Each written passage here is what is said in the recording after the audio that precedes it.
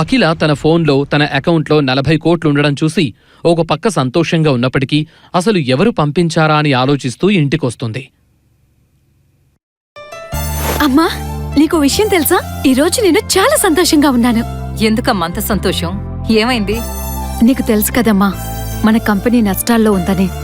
ఇప్పుడు ఆ problem solve అయినట్టే. నిజంగానా? ఎంత మంచి న్యూస్ చెప్పావు. ఆ దేవుడి దయ వల్ల పెద్ద గండం నుంచి గట్టెక్కాం. అవును, సాగర్ ఎక్కడా? నాకేం తెలుసమ్మా. పొద్దుననగా వెళ్ళాడు, ఇంతవరకు రాలేదు. ఎప్పుడూ ఇంటి పట్టునే ఉండేవాడు. ఈ రోజేంటో బయటకు దయచేశాడు. అసలే వంటగదిలో కడగని అంట్లు అలాగే ఉన్నాయి. ఎప్పుడొస్తాడో ఏమో ఈ మహానుభావుడు. అబ్బా ఆపమ్మా, నీ అంట్ల గొడవ. ఎప్పుడు చూసినా అంట్లు బట్టలు అంటూ ఏదో ఒకటి అంటూనే ఉంటావు అని అనుకుంటూ జరిగిన విషయం తల్లికి చెప్పకుండానే తన రూమ్కు వెళుతుంది. తన గదిలోకి వెళ్లగానే మంచంపై ఓ గిఫ్ట్ బాక్స్ కనిపిస్తుంది. అమ్మా అమ్మా, నా రూమ్లోకి గిఫ్ట్ బాక్స్ ఎలా వచ్చింది? ఎవరు తెచ్చారు? ఇందాకే ఎవరో డెలివరీ బాయ్ ఇచ్చెళ్ళాడు. నేనే నీ గదిలో పెట్టాను. అయినా ఎందుకు అడుగుతున్నావు? అందులో ఏముంది? ఆతృతగా ఆ గిఫ్ట్ బాక్స్ ను ఓపెన్ చేసి చూసిన అఖిల ఒక్కసారిగా షాక్ అవుతుంది. ఆమె కళ్ళు సంతోషంతో మతాబుల్లా వెలిగిపోతాయి. ఎందుకంటే ఆ బాక్స్ లో విక్టోరియన్ డైమండ్ నెక్లెస్ ఉంటుంది. అది కూడా ఒరిజినల్ నెక్లెస్ ఉండడంతో ఆమె ఆనందానికి అవధులుండవు. ఆ నెక్లెస్ ను నిశితంగా పరిశీలిస్తుంది అఖిల.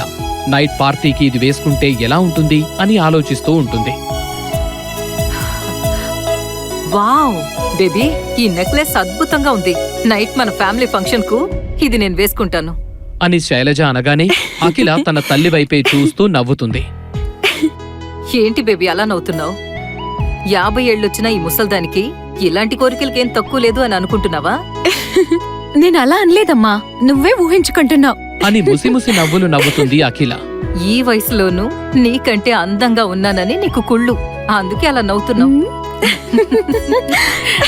అని శైలజ అనడంతో ఇద్దరూ పకపక నవ్వుతారు. అప్పుడే అఖిలకు ఆఫీస్ నుండి ఫోన్ వస్తుంది. మేనేజర్ గారు చెప్పండి. మేడం, మనం చాలా లక్కీ. ఏమంటున్నారు? కొంచెం అర్థమయ్యేలా చెప్పండి. నేను చెప్పడం కాదు మేడం, ఒకసారి టీవీ చూడండి, ఈ మాట మీరే అంటారు. ఓకే. అఖిల ఫోన్ కట్ చేసి పరుగున వెళ్లి టీవీ ఆన్ చేసింది. సరిగ్గా అదే సమయంలో టీవీలో బిగ్ బ్రేకింగ్ న్యూస్ వస్తుంది. హైదరాబాద్ నగరంలోనే బిగ్ షాట్ అయిన రాణా మల్హోత్రా కంపెనీపై ఐటీ దాడులు, ఇల్లీగల్ ఆస్తులు, వ్యాపారాలు సీజ్.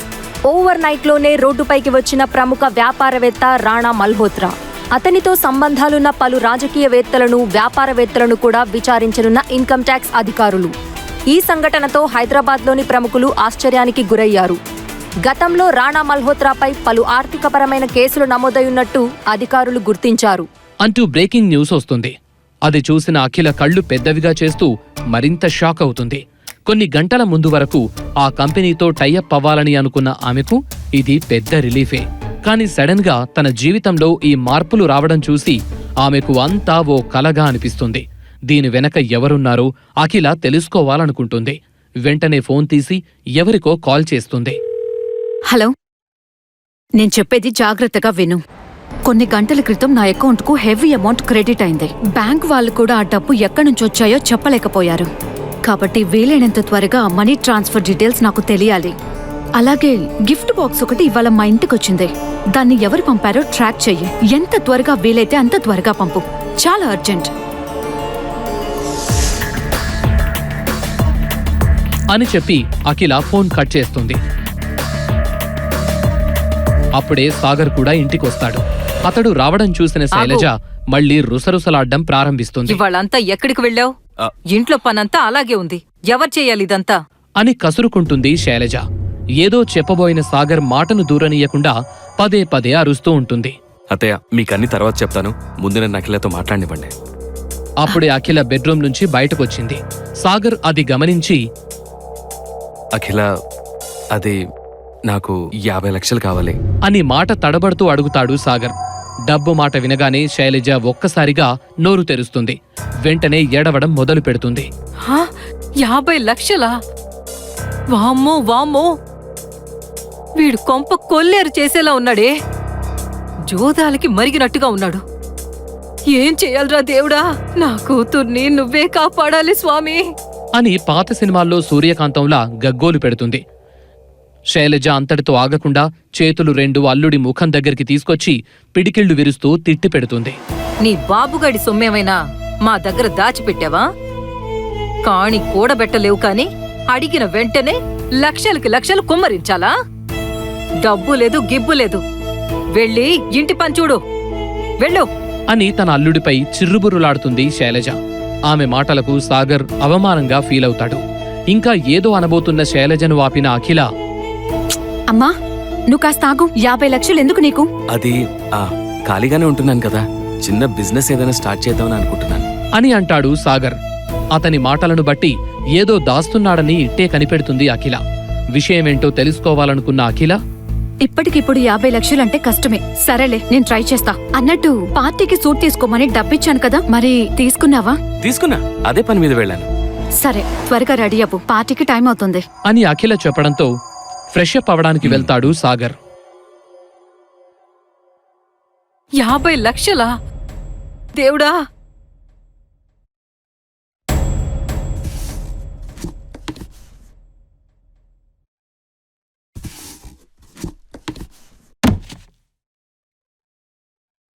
ఒరేయ్ ఆగో, ఈ పార్సల్ డెలివరీ చేసింది నువ్వే కదా? ఏమో సార్. ఫ్రమ్ అడ్రస్ మిస్ అయింది, ఎవరు పంపించారు చెప్పు. సార్, పార్సిల్ డెలివరీ చేసింది నేనే, కానీ నా దగ్గర డీటెయిల్స్ ఏం లేవు సార్. గుర్తు చేసుకొని చెప్పు, లేదంటే లోపలికెళ్ళి మీ బాస్కి చెప్తా. చెప్పా. చెప్తాను సార్. రేంజ్ రోవర్లో బ్లాక్ సూట్లో ఒక పర్సన్ వచ్చి ఇచ్చాడు సార్. పేరు అడిగితే చేతిలో 10,000 పెట్టాడు సార్. ఓహో, ప్లీజ్ సార్, ఈ విషయం మా సార్కి చెప్పకండి సార్, నా ఉద్యోగం పోతుంది. చెప్పొద్దంటావా? వద్దు సార్. వెళ్ళా. రేంజ్ రోవర్ బ్లాక్ సూట్, ఎవడు వాడు?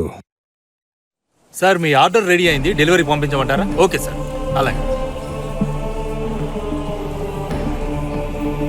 ఎక్స్క్యూజ్ మీ, ఈ జ్యువెలరీ ఎవరు ఆర్డర్ ఇచ్చారో చెప్పగలుగుతారా? తెలీదండి, నాకు తెలీదు. మీకు తెలుసు ఈ డిజైన్ మీ స్టోర్లోనే దొరుకుతుంది. లేదు సార్, ఛాన్సే లేదు. చెప్పండి, చెప్పకపోతే ఇబ్బందులు పడతారు, గుర్తు తెచ్చుకోండి. ఓకే సార్, నేను చెప్తాను. రే చిన్న, ఈ అకౌంట్లో డబ్బులు ఎక్కడి నుంచి వచ్చినాయి నాకు తెలియాలరా. కొంచెం టైం పడుతుంది. టైమా? అదే లేదు కదా చిన్న, నీ టాలెంట్ ఉపయోగించి. కష్టం సార్. అర్జెంట్, కమాన్. ఓకే. శబాష్. అనంతరం ముగ్గురు కారులో పార్టీకి బయలుదేరుతారు. ఓ పెద్ద 5 స్టార్ హోటల్ ముందు కారు వచ్చి ఆగుతుంది.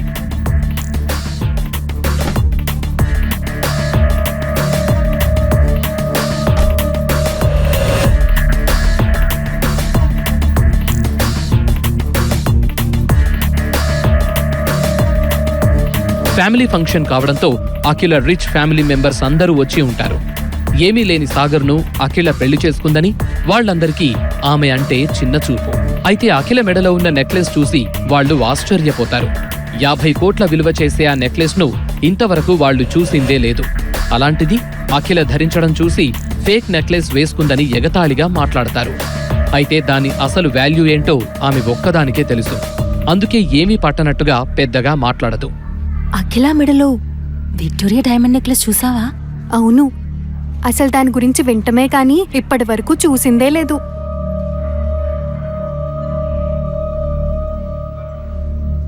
మనమే చూడలేదంటే తను ఎలా కొనగలిగిందే? మొగుడికైతే కొనిచ్చే స్తోమత లేదు, కన్ఫామ్గా ఇంకెవడో కొనిచ్చుంటాడు. చూసావా అందరూ ఎలా మాట్లాడుకుంటున్నారో? ఇదంతా మీ నాన్న వల్లే. ఈ సాగర్ వల్ల మన పరువు పోతుంది.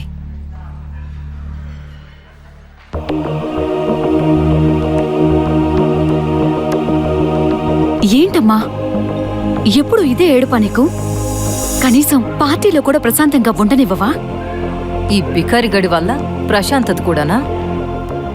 వీణ్ణి పర్మనెంట్గా ఎలా వదిలించుకోవాలో నేను చూసుకుంటాను. సాగర్నైతే కనీసం పలకరించడానికి కూడా ఇష్టపడరు.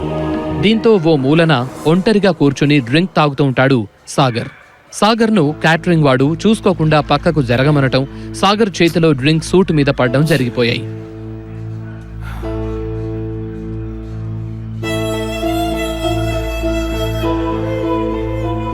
అప్పుడే అక్కడికొచ్చిన అఖిల, ఇక్కడేం చేస్తున్నావు? ఏంటిది? అంత ఖర్చు పెట్టి సూట్ కొనిస్తే కనీసం దాన్ని మెయింటైన్ చేయడం కూడా రావట్లేదా? నా తప్పేం లేదు అఖిల. ఇంకేం చెప్పకు. పార్టీ అయ్యే వరకు కొంచెం డీసెంట్ గా బిహేవ్ చేయి. సరిగ్గా అప్పుడే ఆ హోటల్ ఓనర్ కేదార్ సాగర్ను చూస్తాడు. అతన్ని చూసిన కేదార్ ఒక్కసారిగా ఆశ్చర్యపోతాడు.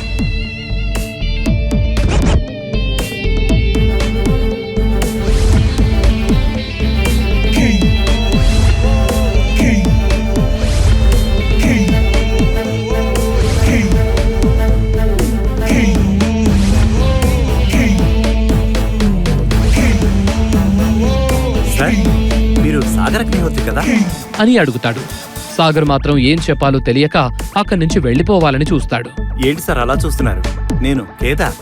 మర్చిపోయారా? 7 ఏళ్ల క్రితం మీరు చేసిన సాయం ఎప్పటికీ మర్చిపోలేను.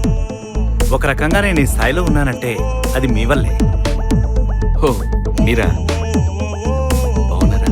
All good sir. నాకు చిన్న పనుంది, నేను వెళ్ళాలి అని సాగర్ పొడిగా పలకరిస్తూ అక్కడి నుంచి జారుకుంటాడు. సాగర్ ఏదో దాస్తున్నాడని అఖిల అనుకుంటుంది. హలో, చెప్పు. మేడం, మీ అకౌంట్లో 40 కోట్లు డిపాజిట్ చేసిన మనిషి, మీకు నెక్లెస్ గిఫ్ట్ చేసిన మనిషి, ఇంకా రానా కంపెనీపై ఐటీ దాడులు చేయించింది వాడొక్కడే మేడం. అవునా?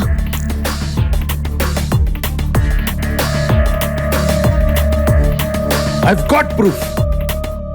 ఆశ్చర్యంగా కళ్ళు పెద్దవి చేసి తన భర్త సాగర్ వైపే చూస్తూ ఉండిపోతుంది అఖిల.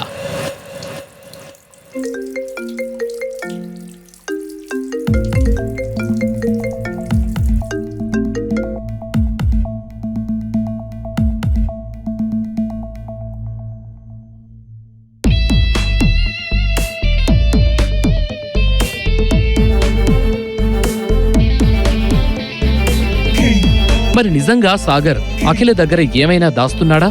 సాగర్ అంత రిచ్ అయితే ఏ పని చేయకుండా ఇంట్లోనే ఎందుకుంటున్నాడు? కేదార్ను చూసి సాగర్ ఎందుకు వెళ్లిపోయాడు? శైలజ ఎన్ని అవమానాలు చేస్తున్నా ఎందుకు భరిస్తున్నాడు? అఖిలకు డబ్బు గిఫ్ట్ పంపిన సాగర్ ఎందుకు చెప్పట్లేదు? రాణా మల్హోత్రా రోడ్డున పడటంలో సాగర్ హస్తమేమైనా ఉందా? అసలు అఖిలను సాగర్ ఎందుకు డబ్బులు అడుగుతాడు? ఈ ప్రశ్నలకు సమాధానాలు తెలుసుకోవాలంటే నెక్స్ట్ ఎపిసోడ్ వినాల్సిందే. క్రింద ఇచ్చిన లింక్ ని క్లిక్ చేసి పాకెట్ ఎఫ్ఎం యాప్ ని ఇన్స్టాల్ చేసుకోండి. Stay tune to pocket FM.